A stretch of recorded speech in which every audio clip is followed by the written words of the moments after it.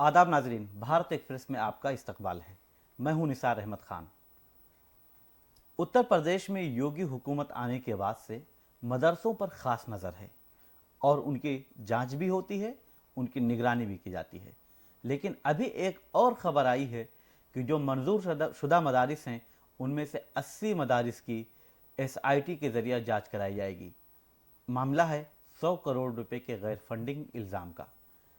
इस पूरे मौजू पर बात करने के लिए भारत एक्सप्रेस उर्दू के एडिटर डॉक्टर खालिद रज़ा खान मौजूद हैं, जो इससे मुताल्लिक तमाम सवालों का जवाब देंगे। डॉक्टर साहब,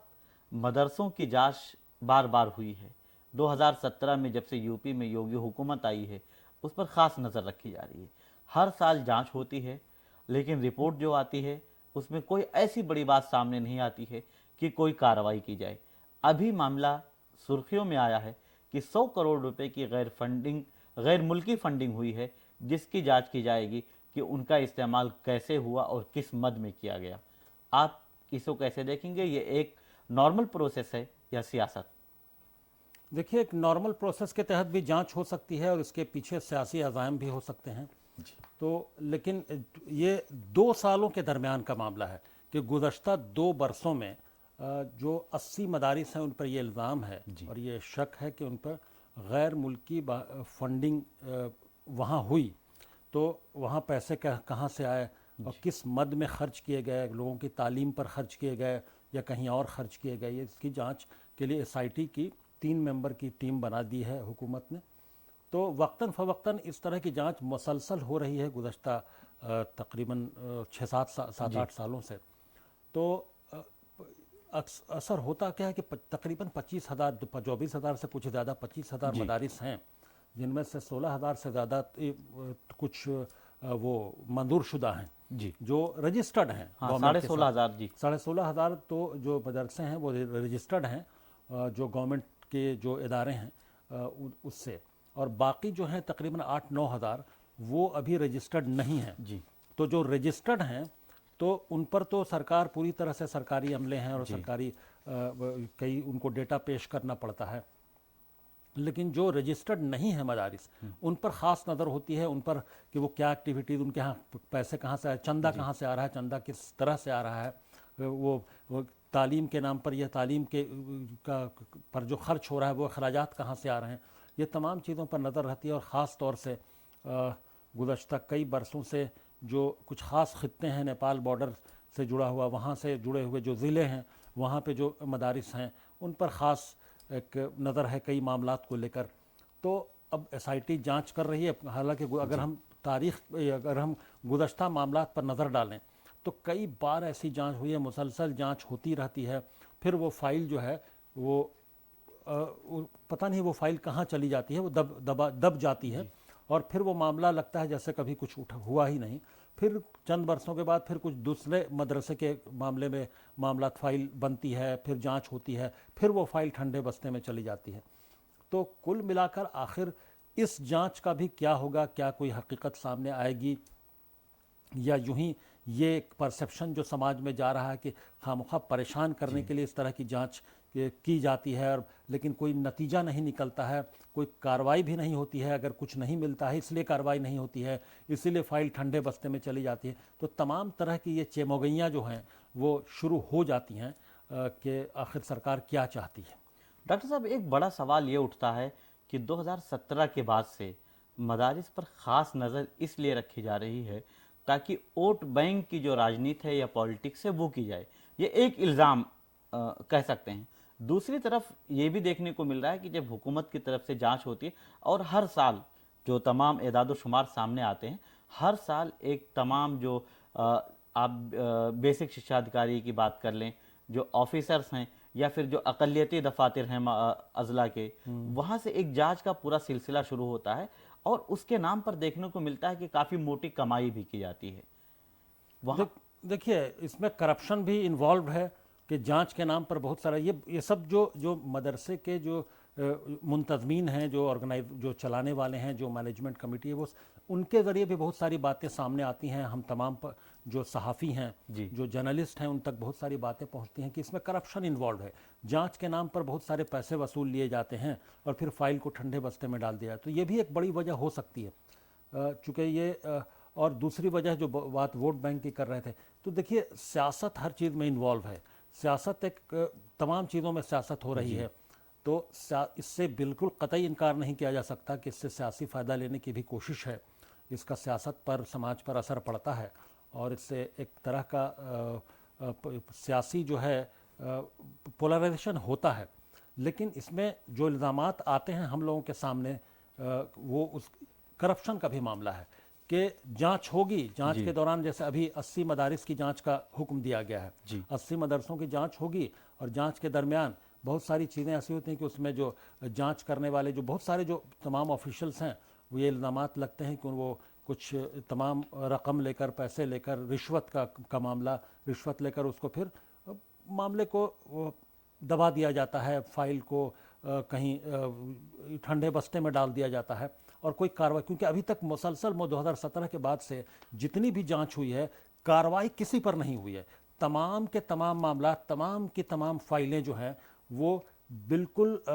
وہ ایسے دب گئیں جیسے وہ معاملہ پھر کبھی کچھ ہوا ہی نہیں تھا۔ تو آخر یہ جانچ ہوتی کس لیے ہے، اس پر بھی سوال ہے۔ ڈاکٹر صاحب، ابھی ہم بات کر رہے تھے جو 80 مدارس ہیں جو حکومت سے منظور شدہ ہیں، ان سے تنخواہیں ملتی ہیں اور تمام سہولیات ان سے جو ہو سکتی ہیں سرکار کی طرف سے بولی جاتی ہیں،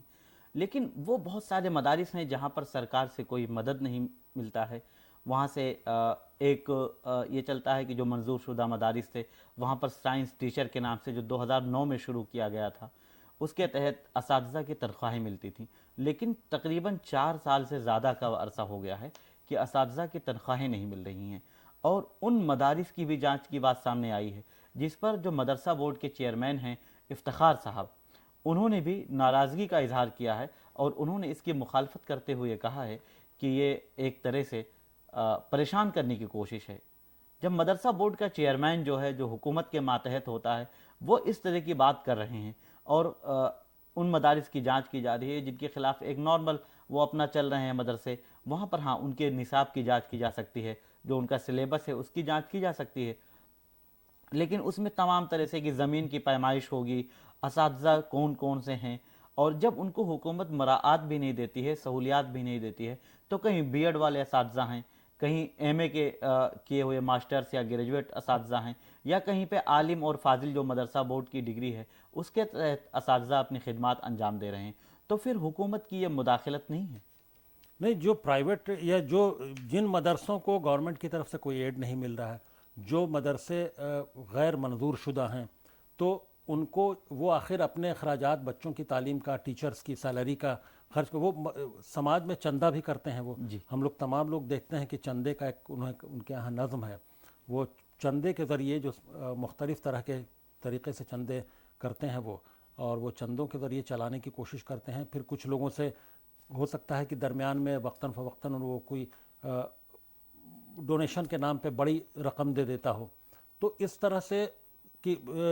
سے امداد کی بنیاد پر، جو معاشی امداد ہوتی ہے اس بنیاد پر وہ مدرسے چلتے ہیں۔ اور المیہ یہ ہے کہ جن مدرسوں کے جو اساتذہ ہیں، جو ٹیچرز ہیں، ان کو تنخواہیں نہیں مل رہی ہیں، لیکن اس کی جانچ بھی ہو رہی ہے کہ ان کے ہاں پیسے ایڈ کہاں سے آئے۔ جب تنخواہیں دینے کی رقم نہیں ہے تو باقی چیزیں وہ سمجھا جا سکتا ہے کہ اس جانچ میں کیا نکلے گا، پھر اس فائل کا کیا ہوگا۔ جیسے گزشتہ تمام جانچ اور تمام فائلیں